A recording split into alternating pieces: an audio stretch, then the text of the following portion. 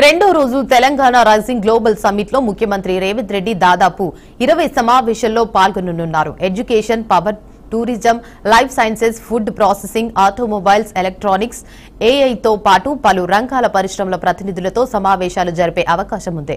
వివిధ సంస్థలతో అవగాహన ఒప్పందాలు కూడా కుదుర్చుకునే అవకాశం ఉంది. ఇక ఉదయం 9:30 ఎంసీహెచ్ఆర్డీ నుండి హెలికాప్టర్లో సీఎం ఫ్యూచర్ సిటీకి చేరుకుంటారు. ఉదయం 10 గంటలకు రాష్ట్ర వ్యాప్తంగా జిల్లా కలెక్టర్లతో స్థాపించిన తెలంగాణ తల్లి విగ్రహాలను గ్లోబల్ సమ్మిట్ వేదిక నుంచి వర్చువల్ గా ఆవిష్కరిస్తారు. సాయంత్రం మహీంద్రా అధినేత ఆనంద్ మహీంద్రాతో సీఎం ప్రత్యేకంగా సమావేశమై గ్రీన్ వెహికల్స్, రూరల్ ఎంటర్ప్రైజెస్ రంగాల్లో పెట్టుబడులపై చర్చించనున్నారు. సాయంత్రం 6 గంటలకు తెలంగాణ రైజింగ్ విజన్ డాక్యుమెంట్ ను విడుదల చేయనున్నారు. అనంతరం రాత్రి 7 గంటలకు డ్రోన్ షో, ఫైర్ వర్క్స్ తో Telangana is rising come join the rise theme ప్రదర్శనతో ముగింపు వేడుక నిర్వహించనున్నట్లు సమాచారం.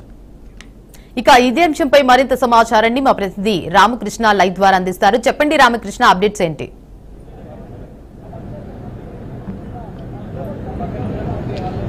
దేవిక, మరి కొద్దిసేపట్లో సీఎం రేవంత్ రెడ్డి ఈ ప్రాంగణానికి చేరుకోనున్నారు. రెండో రోజు ఏదైతే 20 అంశాలకు సంబంధించి కూడా చర్చించే అవకాశం ఉంది. Education, power, tourism, life science, food processing, automobiles, electronics, ఏఐతో పాటు వివిధ రంగాల పరిశ్రమల ప్రతినిధులతో చర్చలు జరుపుతారు. పలు సంస్థల అవగాహన ఒప్పందాలు కుదుర్చుకుంటారు. ఈ రోజు షెడ్యూల్ అయితే ఇది ఉంది. ఓవరాల్ గా చూసుకుంటే ఇప్పుడే ఒక్కొక్క మంత్రి కూడా వస్తున్నారు. ఈ రోజు ఏదైతే సోనియా గాంధీ బర్త్డే ఉందో దానికి సంబంధించి కూడా ఎవరైతే మన మంత్రులు కూడా రావడం జరిగింది. మంత్రులకు సంబంధించి కొంతమంది ఈ రోజు సోనియా గాంధీ బర్త్డే కావడంతో ఇందిరాగాంధీ చీరల పంపిణీ అనే ఒక ప్రోగ్రాం కండక్ట్ చేశారు. దానికి సంబంధించి కూడా సీఎం ప్రోగ్రామ్ ఇనాగ్రేషన్ చేసినప్పుడు మంత్రులు కావచ్చు, లేదంటే మంత్రులు వైఫ్లు కూడా ఈ చీర కట్టుకోవాలని చెప్పిన నేపథ్యంతో కొద్దిసేపటి క్రితమే ఆ చీర కట్టుకుని కొండా సురేఖ ఈ ప్రాంగణానికి చేరుకున్నారు. దానికి సంబంధించి ఇప్పుడే వాకాటి శ్రీహరి కూడా ఇక్కడికి చేరుకునే పరిస్థితి అయితే ఉంది. సరే, ఎట్లా ఉంది? తెలంగాణ స్పోర్ట్స్ పట్ల పూర్తి స్థాయిలో కొన్ని వేల కోట్ల రూపాయల పెట్టుబడులు వచ్చి ఈసారి మన తెలంగాణలో ఉన్నటువంటి గ్రౌండ్స్ అన్ని, ఇన్ఫ్రాస్ట్రక్చర్ అంతా, కోచ్లంతా కూడా ఒక కొత్త రకమైనటువంటి ఓ ప్లాట్ఫామ్ క్రియేట్ చేస్తా ఉన్నాం. దానిలో భాగంగా తెలంగాణ రైజింగ్ ఒక మంచి దీని ద్వారా ఈరోజు స్పోర్ట్స్ కు పెద్ద ఎత్తున మాకు ఒక ప్లాట్ఫామ్ దొరకబోతా ఉందని, ఇంటర్నేషనల్ లెవెల్లో గుర్తింపు వచ్చిందని తెలియజేస్తాం. బీఆర్ఎస్ వాళ్ళు దీని గురించి విమర్శలు చేస్తారు. పచ్చ కామెర్లలో ఉపయోగపడతా పచ్చ ఉంటుంది కాబట్టి అట్లా అనుకుంటారు. ఓకే, ఇది వాకాటి శ్రీహరి చెబుతుంది. పచ్చ కామెర్లోడికి లోకమంతా పచ్చగా ఉంటుందని బీఆర్ఎస్ పార్టీకి సంబంధించిన వాళ్ళని విమర్శలు చేస్తున్నారు. మొత్తంగా ఓవరాల్ గా చూసుకున్నట్లయితే ఇప్పుడే మంత్రులు కూడా ఒక్కొక్కరు కూడా లోపలికి వచ్చే పరిస్థితి అని చెప్పుకోవచ్చు.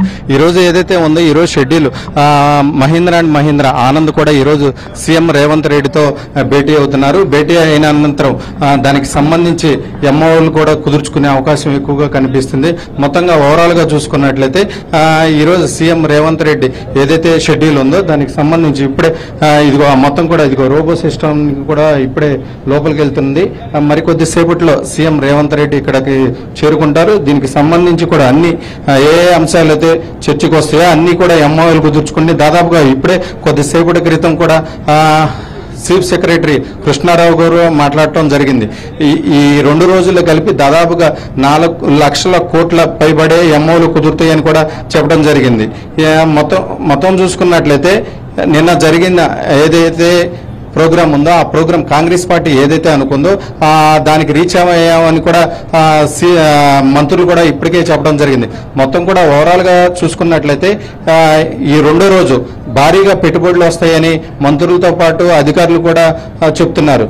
దీనికి సంబంధించి ఏవైతే మొత్తం కూడా స్టాల్స్ ఉన్నాయో ఆ స్టాల్స్ కి సంబంధించి కూడా అన్ని డిపార్ట్మెంట్లకు సంబంధించి కూడా వచ్చినటువంటి డెలిగేట్స్ ఎవరు ఉంటారో వాళ్ళకి సంబంధించి కూడా అన్ని పూర్తిగా ఎక్స్ప్లెయిన్ చేయడం జరుగుతుంది. మెయిన్ గా టూరిజంతో పాటు వ్యవసాయ రంగము, ఐటీ ఈ రోజు ఎక్కువగా ఐటీకి సంబంధించిన ఎంఓలు కుదుర్చుకునే అవకాశం ఎక్కువగా ఉన్నట్లు కూడా తెలుస్తుంది. దేవిక, అయితే రామకృష్ణ, నిన్నటితో చూసుకుంటే మనం ఇవాళ అక్కడ రద్దీ ఎలా ఉంది అండ్ అలాగే ఎట్లాంటి ఏర్పాట్లు చేశారు?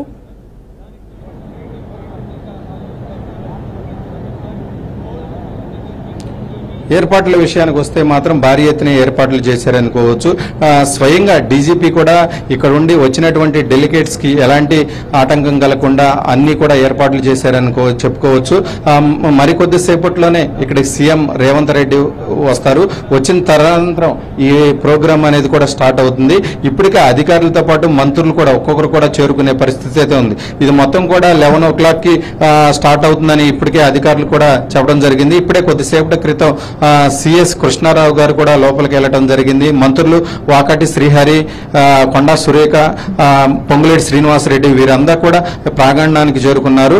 సీఎం కూడా హైదరాబాద్ నుంచి ఇప్పుడే కొద్దిసేపటి క్రితమే బయలుదేరినట్టు కూడా తెలుస్తుంది. దేవిక, అయితే ఇవాళ ఏ విషయాలపై చర్చించే అవకాశం ఉందంటారు?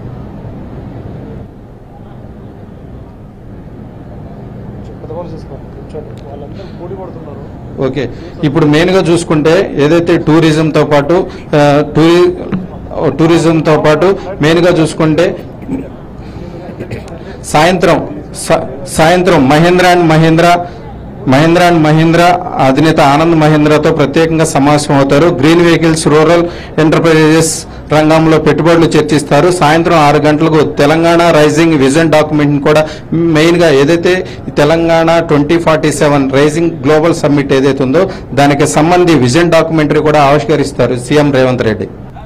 Right, thank you for the update Ramakrishna.